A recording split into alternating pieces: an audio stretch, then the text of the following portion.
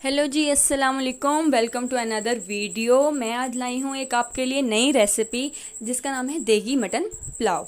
आज मैं आपको इस वीडियो में बताने वाली हूँ एक ऐसा सीक्रेट इंग्रेडिएंट जिससे आपकी रेसिपी नेक्स्ट लेवल हो जाने वाली है, और ऐसे 3 टिप्स जिससे आपके चावल बनेंगे खिले खिले। चलें जी, रेसिपी स्टार्ट करते हैं। मैंने यहाँ पे लिया है 1 किलो मटन, उसके अंदर 1 जग पानी डाल लिया है। 2 अदद प्याज लिए हैं, उनको मैंने चॉप कर लेना है। चॉप करके मैंने इसको उसी देगची में डाल देना है। लेने हैं 2 अदद टमाटर, टमाटरों को भी चॉप कर लेना है और उसको भी उसी हमने पतीले में डाल लेना है।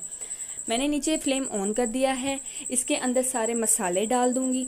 मसालों में हमने डालने हैं पूरा लहसुन और 2 अदरक के जवे, और इसके अंदर डाल देने हैं, साबुत डाल देने हैं। यहाँ पे मैं लूँगी 1.25 चम्मच लाल मिर्च का,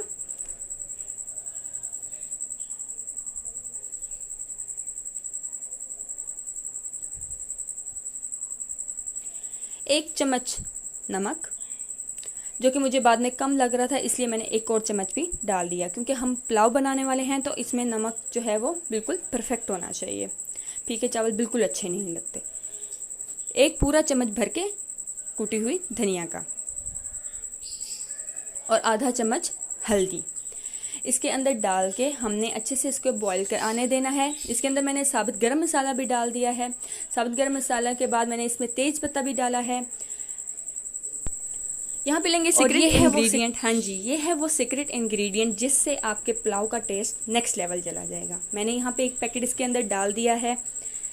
इसीलिए मैंने मसाले कम डाले थे, क्योंकि मैंने ये पैकेट डालना था। इस पैकेट को डालने से सारे मसाले जो हैं वो पूरे हो जाएंगे। इस मसाले में सिर्फ एक नमक की कमी है, आपने नमक खुद अपने हस्ब ज़रूरत डाल लेना है।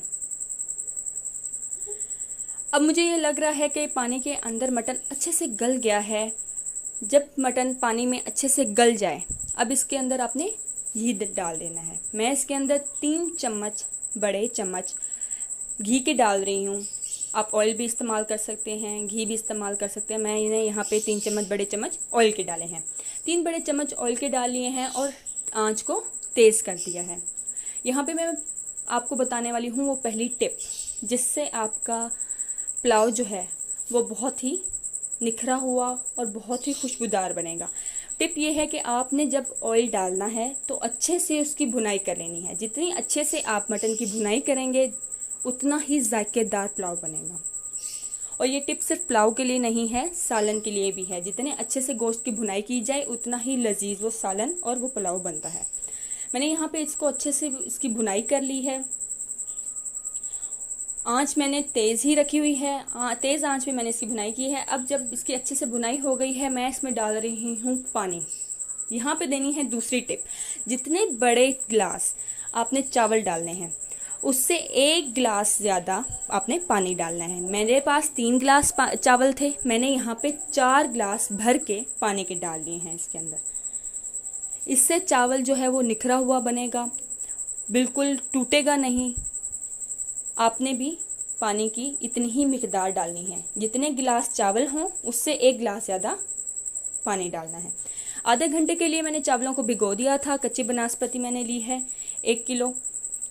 अच्छे से उसको धो के जब मैं इसके अंदर बॉईल आ जाए, 1 उबाल आ जाए, उसके बाद हमने इसके अंदर चावल डाल देने हैं।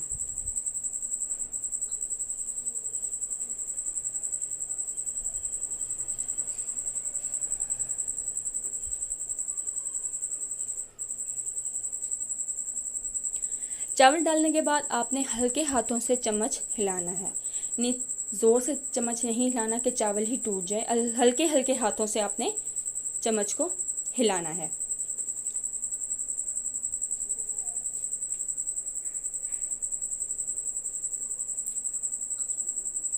यहाँ पे दूंगी मैं आपको 3rd टिप। आपने तब तक पानी खुश करना है जब तक चावल नज़र ना आने लग जाएं, यानी कि हल्के हल्के चावल नज़र आने लग जाएं, तब उसके बाद आपने दम देना है। यहाँ पे मैंने सब्ज़ मिर्चें डाल दी हैं और हल्के हाथों से चम्मच हिला रही हूँ।